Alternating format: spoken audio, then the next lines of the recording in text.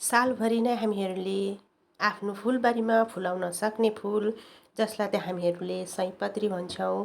अनि हामीहरूकोमा एउटा प्रश्न हुन्छ कि जुन हाइब्रिड सयपत्री हुन्छ त्यस्तै चाहिँ हामीहरूले सिड अब घरमै लगाउन सक्छौँ कि सक्दैनौँ भन्ने प्रश्नहरू उठ्छ।